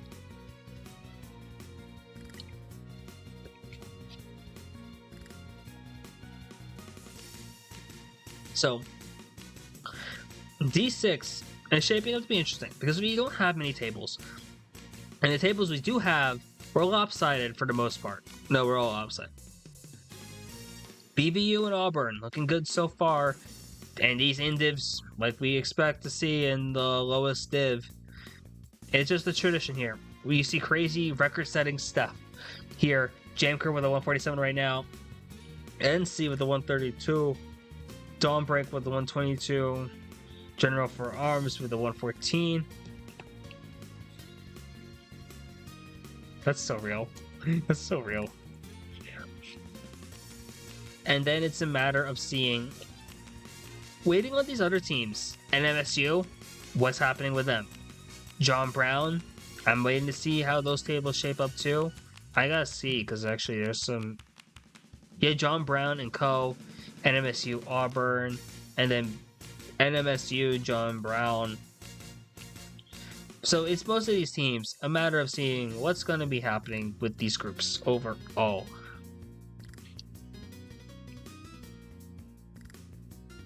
And that's it for D6 at this point. Rippy, can you coach me? From Bob. That's actually pretty funny. Does anyone know if FIU Gold and... what's it? FIU 2 and Utah are being streamed? That'd be so hype. It's not shared here, but if it is, that'd be cool. That is... oh yeah, the whole like... CKL being worth like 350. John Brown Drifters is such a cool name. Like, no lie, no lie.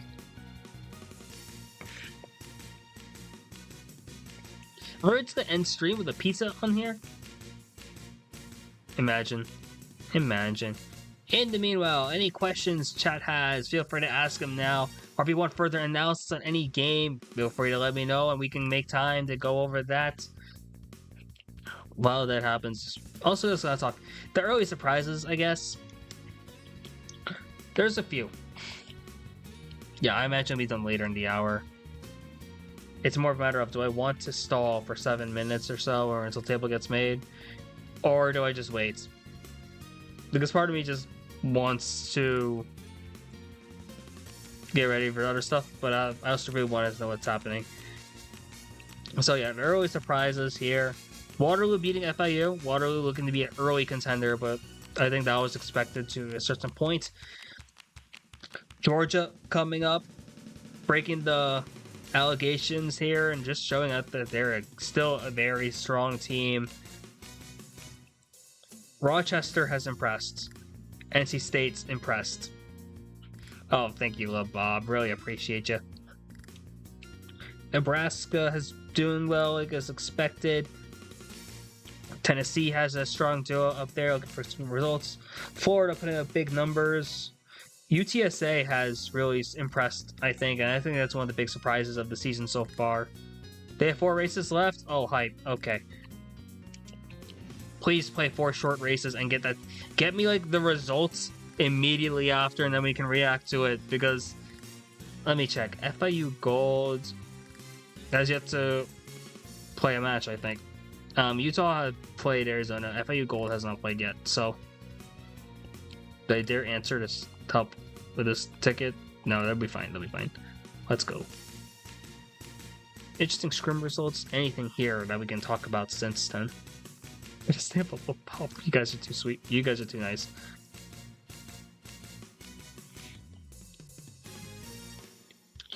Interesting results here. So, oh my god, Maryland LV?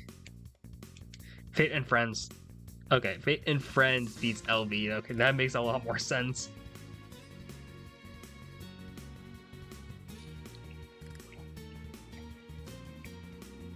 Cespo, yeah.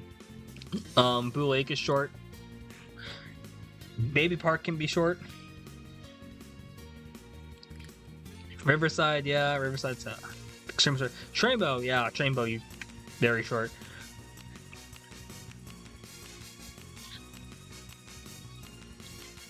So you got those going, maybe. Hey, those are the last 4 races. That would be so hype. I really wish I had access to to watch it, because it's like my whole thing is if I can watch this would be so fun now.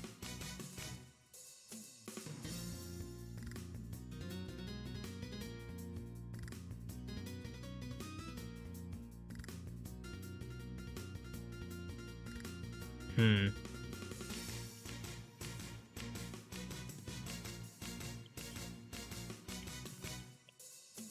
Okay, got a couple of reschedules coming up as well. Trainbow, ew. Well, yeah, Trainbow's Trainbow. Yeah, we are stalling now until we get next one, so the last result of the night, pretty much. And then that'll be big. Would I go jump for the chicken or risk it for the beef?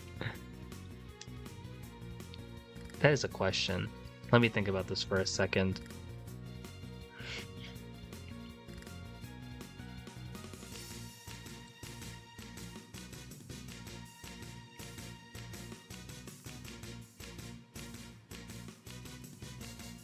He's up 34 with 3.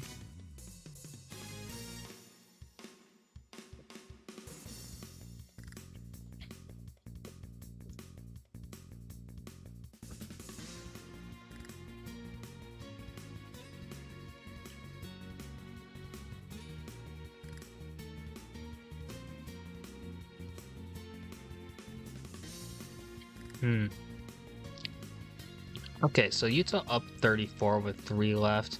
I did project Utah. I would think Utah has... Well, Utah winning would be pretty big for them. Happy for them if that's the case. I want to see what the FIU lineup for that was. Who's there? Because I know there's been a couple changes at FIU too going into this season. So it's hard to tell right away who's going to be in like the opportunity to win this matchup then. But like, I knew that because Snowy plays on Utah, and really, FIU doesn't have anyone to really counteract that, and their depth is solid. It's just not to the level of being able to like maybe necessarily make up for what Snowy puts out in terms of points. So it would make sense for Utah winning at this time. And yeah, Snowy the GOAT. Like legitimately an insane player there. And putting them in D4, you're gonna have a field day. Some of those what Shadow's doing there, but competition's pretty stacked in D4, honestly. Would love to see how that result just holds up. This shy praise. Wow, this happens. I'm also like trying to figure out who am I even raiding at the end of this, if I do raid. None of the people I normally go into this. Vantox again.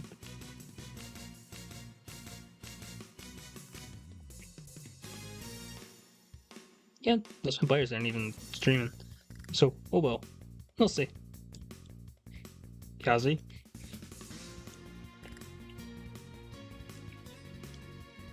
Nintendo's about to just take me out for this now. Yeah, could do rookie. Who's streaming Mario Golf.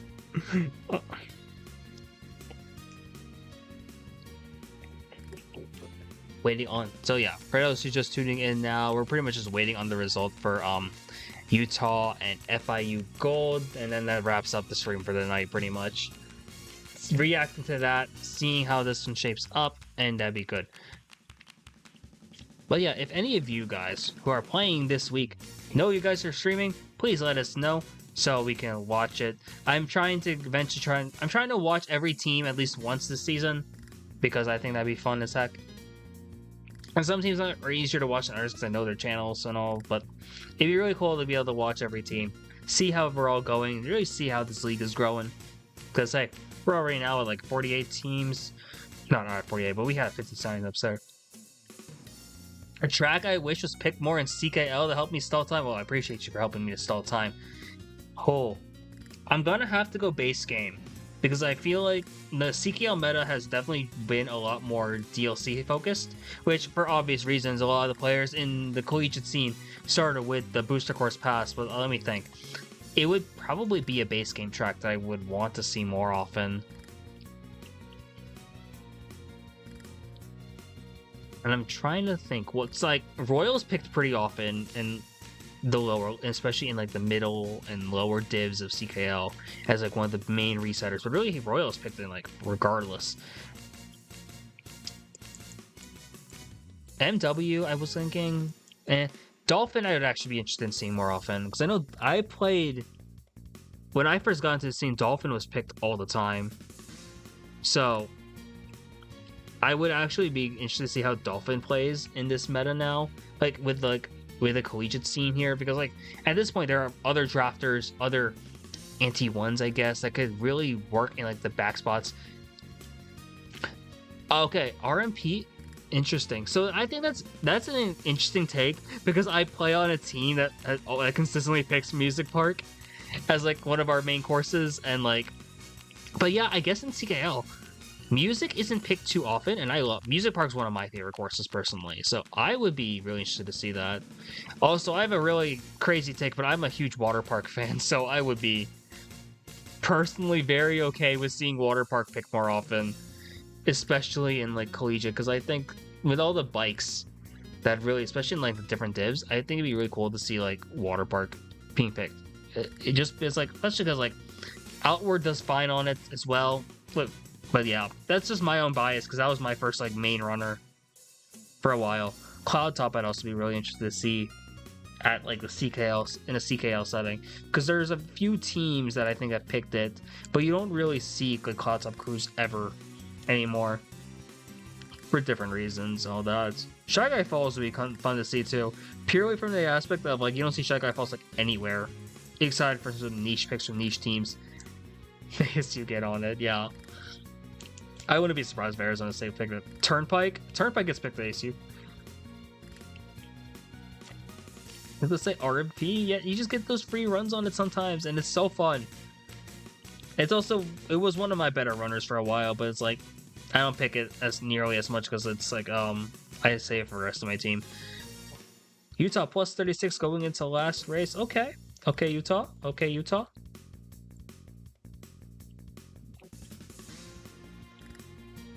And now, if we get to a point where Big Blue gets picked more often, that'd be crazy.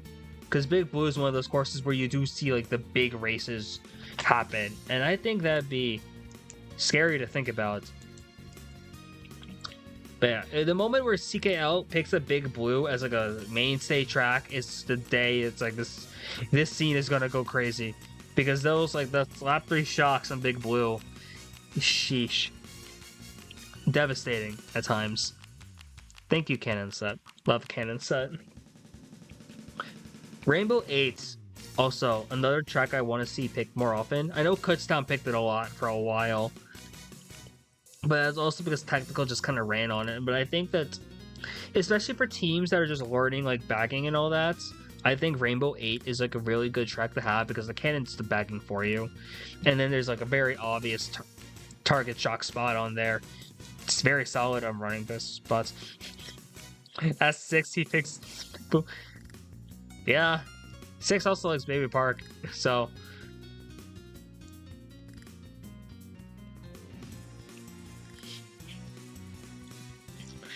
They worked that. UA's 1-0 runner. Oh no. It makes you feel better. At one point, a Moravian runner, or yeah, actually no, that's not even a lie. A Moravian runner was Mario Kart Stadium as like a 1-0 there. So good times. Oh my god, I actually used to run Mario Kart Stadium. Those were the days. Oh, that was your shock. Big Blue for Broad Street, that's insane. Not the silly goofy track, no. Oh, Riffy, are you able to go to Broad Street Board this weekend? I forgot if you were signed up or not, but I have a feeling you have work. I think you have work now, so unfortunate if you're not able to make it out. I was gonna say that the Arizona, unironically, is the Baby Park team, which is kind of hype. I won't lie. I used to play Baby Park a lot in the 200.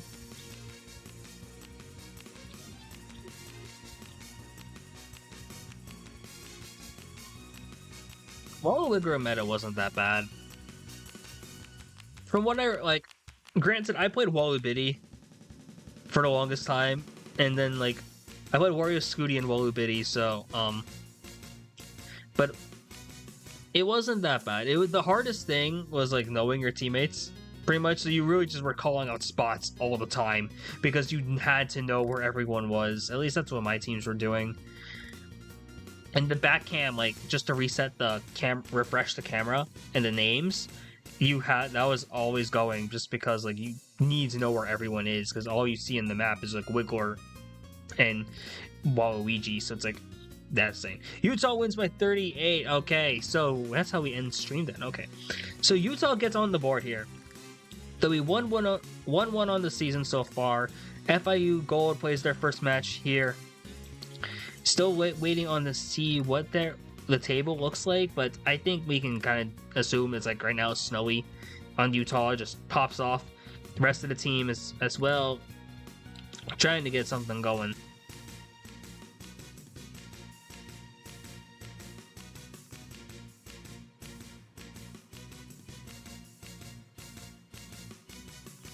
Those war calls sound awful. Those war calls were fun, actually. I don't know. It's just something you just kind of got used to after a while, just knowing like where everyone was. Like I can't even complain about it, but it was good times. It was very different in a way, purely just because like driving was somehow both easier and harder. It was like the game mini turbos are so much easier now, but you also have to snake a lot more here, begin really to make up to really just there. Like you can kind of get away with just driving straight in a way back in the old meta, but you could also it was hard to pump out like certain mini turbos like UMT on Grumble. Like the soft drifting was on point. UMT and TKJ in like the 90-degree turns, that was a bit harder as well. And certain cuts different, like Dragon Disc, oh my god, so much easier now just because of like building up mini turbos, like free. But no, some things are better. Some things I miss, some things of old meta, but I would personally enjoy the newer meta right now anyway. Like the bit of diversity, like the colors, and like the MTs. Okay, let me see. How long do I give it until they post? Nah, we're just gonna end stream soon. Chat any questions then before I end stream, and if you have anyone I want to raid, let me know, because otherwise I'm just gonna end stream in like the next minute or two.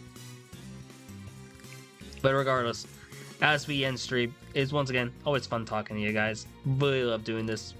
Whether we have 60 viewers, whether we have 5, whether we have 0, it's fun. Anything to help out with this community, and like shout out to the rest of this. Shout out to all the collegiate staff, honestly, for all the work you're putting in. Not only with the seedings, but really just helping to actually admin the divs, because it's not easy. I did it for one season, I guess, and like that was a nightmare. So shout out to all the work that the CKL staff is doing, NRC staff as well. Really, you're the guys are the ones who help this community keep alive and all that. Really help provide for this league. But now I think we're actually ending stream, so until next time, guys, it's been fun. See you guys around next week, probably around the same time. We'll see. We'll adjust maybe based on what prime time is looking like and all that, but until then, have a good one, guys.